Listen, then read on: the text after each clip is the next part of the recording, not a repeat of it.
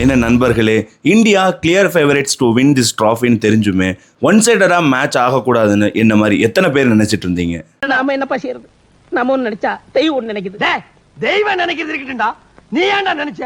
இந்தியாவோட ஸ்ட்ரென்த்தை மேட்ச் பண்ற டீம் நியூசிலாண்டான்னு கேட்டா ஹானஸ்ட்லி இல்லைன்னு தான் சொல்லணும். ஸ்டாட்ஸ், மேட்சப்ஸ், அகமதாபாத் பிரஷர், நியூசிலாண்டுக்கு அகைன்ஸ்டா வேர்ல்ட் கப் ரிசல்ட் எல்லாமே நமக்கு ஆப்போசிட்டா இருந்தாலுமே ரீசன்ட் டைம்ல இந்தியாவோட ஒயிட் பால் கிரிக்கெட் பயங்கரமாவே டாமினண்டா இருக்கு. Back-to-back ICC trophies. First team to win the trophy at home. First team to win back-to-back. First team to win the trophy 3 times. ஒரு காலத்துல ஆஸ்திரேலியா எப்படி கிரிக்கெட்ல டாமினண்டா இருந்தாங்களோ அதே போல இப்போ இந்தியா ஒயிட் பால் டோர்னமெண்ட்ல பயங்கரமான ஒரு டாமினன்ட்ல இருக்காங்க. நியூசிலாண்டை பத்தி ஒரு விஷயம் சொல்லணும். அனலிஸ்ட் ப்ரெடிக்ஷன்ல என்னதான் நியூசிலாந்து டாப் 4ல வரலனாலுமே ஒரு ICC டோர்னமெண்ட்லயும் சர்ப்ரைஸ் பண்ணிட்டு இவன் கப் ஜெயிச்சிருவானோன்னு நம்மளை ஃபீல் பண்ண வச்சிடுறாங்க. 2 back-to-back ICC runner-up and hard luck team தான். ஸ்டாட்ஸ், ப்ரெடிக்ஷன், ஃபேவரேட்ஸ் இது எல்லாம் பேப்பர் ஒர்க்கில் தான் ஒர்க் ஆகும்.